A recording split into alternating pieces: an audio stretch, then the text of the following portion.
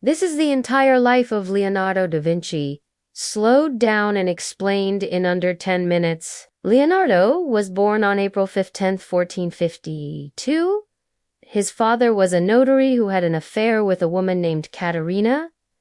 Caterina was a peasant. She lived in a small village outside of Florence with her mother. Her mother made wine and grew vegetables in the garden. Caterina wore simple tunics that reached her ankles. They were cinched at the waist with a belt, and sometimes she would wear a veil over her head. Most women did not own mirrors because they knew their own faces well. But Caterina was vain and kept a mirror by her bedside. When Leonardo was born, his father was 62 years old. He paid Caterina's family 100 florins for her hand in marriage. This gave them permission to wed in the church. At the time, babies were baptized soon after they were born. The ceremony took place at the home. A priest sprinkled holy water over Leonardo's head, and the room was filled with the smell of incense. Family and friends crowded around the baby, and some people might have thought this was the greatest child ever born. No one knew it at the time,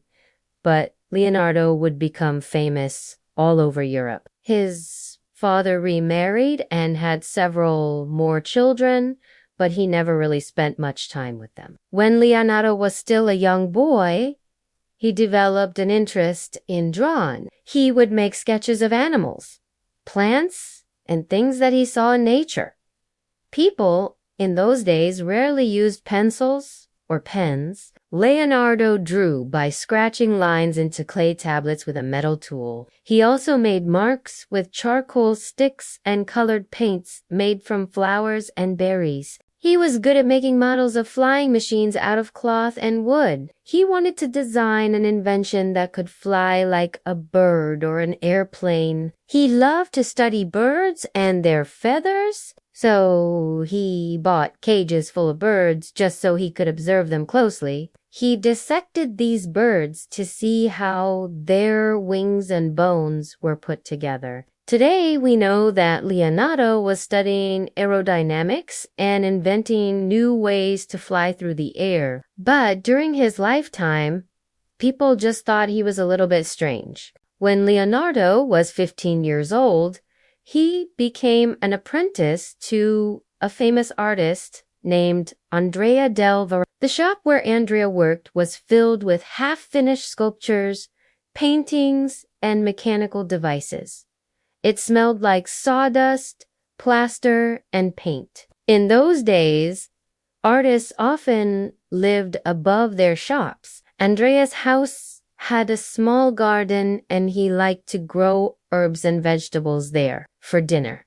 He liked to eat simple foods like bread and cheese, but sometimes he would buy fruits and nuts from merchants who traveled from faraway lands. Around this time, Florence was ruled by a powerful family called the Medici. Their wealthy banker named Piero commissioned a sculpture from Andrea del Verrocchio. The sculpture was of David, a young man from the Bible who killed a giant named Goliath. As a young apprentice, Leonardo was responsible for polishing the armor on the statue. It took a year and a half to finish, but eventually the bronze David was placed in a public square in Florence.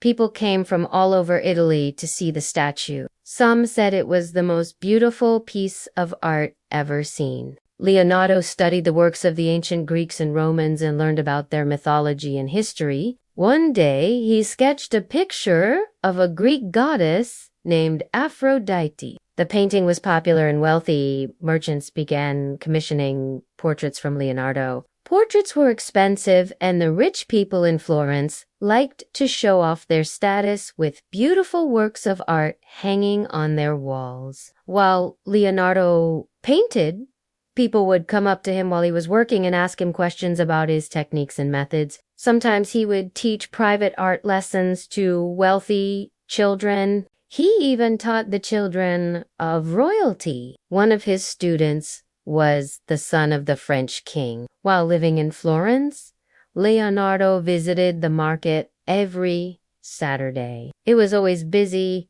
and noisy. There were stalls with fresh fish and meats displayed on tables. Stalls also sold herbs, spices, flowers, and colorful fabrics.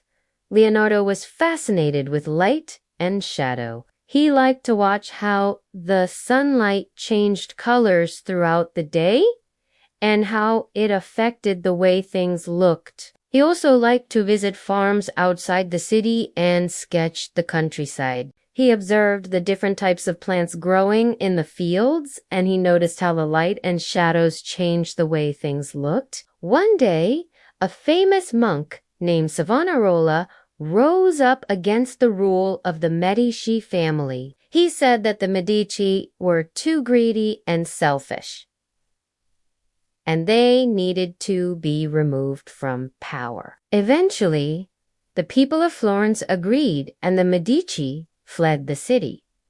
Soon after, Florence experienced a terrible plague. Many people died, and the streets were very quiet. After the plague, the Medici family returned to Florence and took control again. A wealthy woman named Isabella married a man named Francesco del Giardino, a secretary to the Pope. She hired Leonardo to paint a portrait of her son, but it took so long that the child grew up and she wanted something more romantic. She asked Leonardo to paint her instead. She wore beautiful clothes and jewelry, and she sat in front of him as he sketched her face. Later, he used bright colors to paint her hair and dress. Unlike many other artists, Leonardo did not rush his work. He took his time getting every detail just right. It took 4 years, but eventually the painting was finished. It was called The Lady with an Ermine, and it was considered a masterpiece. Soon after the painting was completed, Isabella sent her son to live with relatives in the country. She dressed him in fine clothing and fed him delicious food. She hoped that someday he would become a famous inventor like Leonardo da Vinci. Meanwhile, Leonardo traveled to Rome to paint a mural of the Virgin Mary for a wealthy cardinal. He planned to make the mural huge, covering an entire wall. It was going to be a picture of Mary with Saint Anne, her mother, and a young girl named Saint Elizabeth. Leonardo sketched a design for the mural, but he never got around to painting it. Instead, he left Rome and moved to a small village near Milan.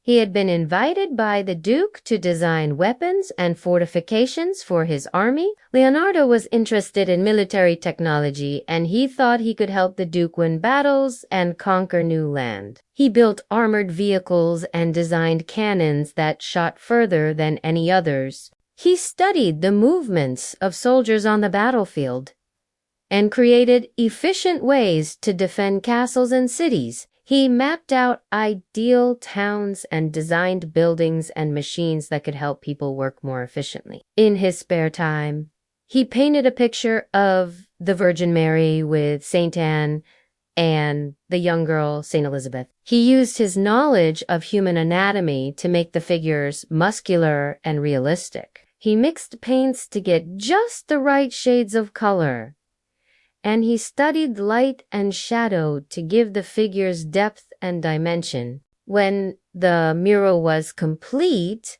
it was hung in a chapel in Milan. People came from all over to see it. As Leonardo got older, he traveled around France and Italy. He was invited to the royal court of France to show off his inventions. King Francis I was impressed with Leonardo and made him an official painter to the king. He gave Leonardo a castle to live in, along with a small farm and vineyards. The king also bought some of Leonardo's paintings, including the Mona Lisa. Before leaving Italy, Leonardo hid one of his paintings in a secret room in the castle. It was a self-portrait showing his wrinkled face and graying hair. Nobody knows exactly why he hid the painting, but it was probably because he didn't want anyone to know that he was getting old. Leonardo continued to experiment with science and engineering. He studied the flight of birds and the movement of the human body. He also developed new surgical techniques and invented new tools for doctors to use. He wrote backwards in his notebooks so that nobody could understand what he had written. Some of his inventions included a machine gun, a calculator, a robot, and a helicopter. But the inventions that he was most proud of were his paintings. In 1516, King Francis I became seriously ill. He sent for Leonardo da Vinci to come to his bedside and cure him.